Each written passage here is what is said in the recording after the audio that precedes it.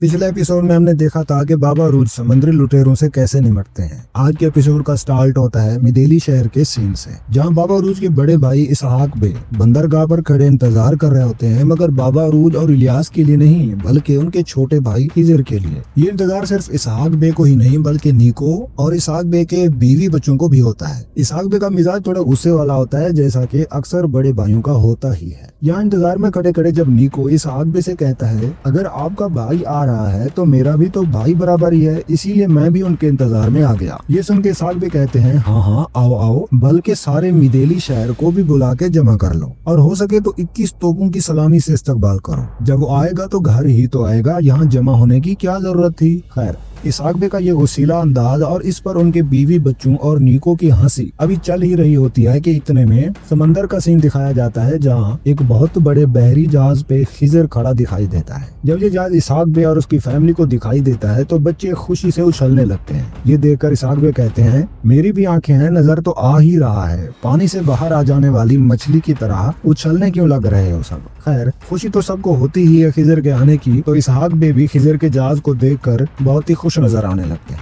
इतने में सीन दिखाया जाता है बाबा उरूज के जहाज का, जहां एलची अपने हिफाजती कमरे से निकलकर हमला थम जाने के बाद बाबा उरूज को उरूज रईस कहकर सलाम करता है। बाबा उरूज सलाम का जवाब देते हुए कहते हैं, रईस तो ना कहिए, क्योंकि अभी तक मेरी मलकियत में एक भी बड़ा बहरी जहाज नहीं है, मैं भला रईस कैसे हो गया। एलची कहता है, आपके भाई इलियास को ये कहते हुए सुना था तो सोचा मैं भी आपको इसी नाम से पुकारूं। बाबा उरूज इस बात का जवाब कुछ यूं देते हैं, बचपन से हमारा ख्वाब था कि हम 3 सतूनों वाला जहाज खरीदें, तब से इलियास की आदत पड़ गई मुझे आगा रईस कर करके पुकारने की, बाकी सब मुझे बाबा उरूज कहकर ही पुकारते हैं। अब आप सोच रहे होंगे कि बाबा उरूज जिस जहाज की बात कर रहे हैं वो 3 सतूनों वाला जहाज कैसा होता है।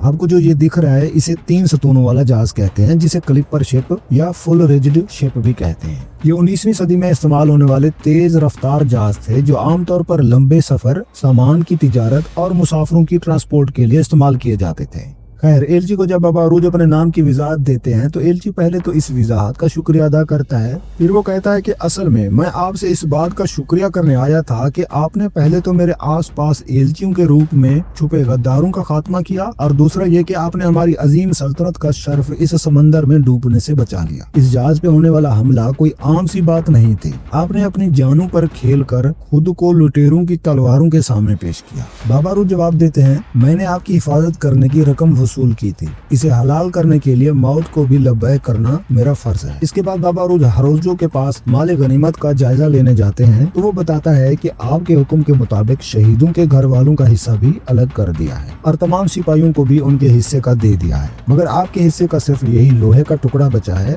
बाबा उरूज मुस्कुरा के लोहे का टुकड़ा कबूल कर लेते हैं। फिर सीन आता है जब खिजर मिदेली शहर की बंदरगाह पर अपने जहाज से उतरता है और इंतजार में खड़े अपने भतीजों बाबी इसहाक बे और नीको से मुलाकात करता है। मुलाकात के वक्त इसहाक बे खिजर से कहते हैं, ये क्या तुम फिर से अपने बैग में किताबें भर के आए हो, लगता है उस्ताद सुलेमान की किताबों से तुम्हारा दिल अभी तक नहीं भरा। तुम ताजिर हो तो सिर्फ हिसाब किताब के वक्त ही तुमको कागज कलम से वास्ता पढ़ना चाहिए, फिलोसफर की तरह हर वक्त तुम्हारे आसपास किताबें ही नजर आती हैं। खिजर जवाब देता है, ये किसी की अमानत है और इनको साहिब अमानत तक पहुंचाना है मुझे। ये सुन के इसहाक बे कहते हैं, लगता है कि उस्ताद सुलेमान के साथ मिलकर सारी दुनिया के राजों से जब तक पर्दा नहीं उठाओगे तब तक चैन से नहीं बैठोगे।